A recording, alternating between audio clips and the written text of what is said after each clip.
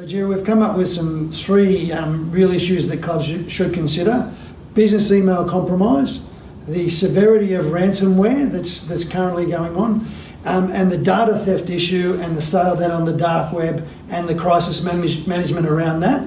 But off air earlier, you were talking about supply chain and how that's a real issue for clubs at the moment. Can you tell me more about that? Yes, John, supply chain is a huge issue in the club industry because clubs are highly connected businesses. So you have the gaming floor software, you have the gaming machines, you've got the FPOS terminals. Yes.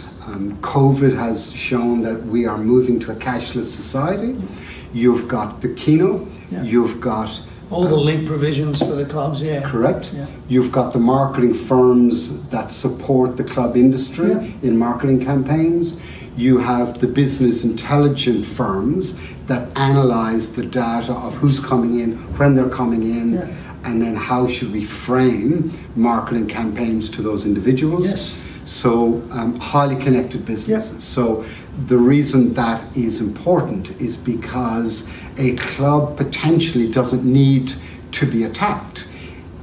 One of the supply chain members could get attacked and then either use that attack as an entry point into the club because it is a trusted partner of the club. But what also happens, and I'll give you a couple of examples, is in one club, a software marketing company was doing marketing campaign. They were using a third party form developer to help with the campaigning. That second third party, who had no direct relationship to the club, got compromised. That gave them access to the marketing company, and the marketing company had the club's database in its system, and therefore the membership got compromised that way. Okay, so cyber insurance that has contingent liability and business interruption is vital? Very much so. Very much so, okay. Very much so.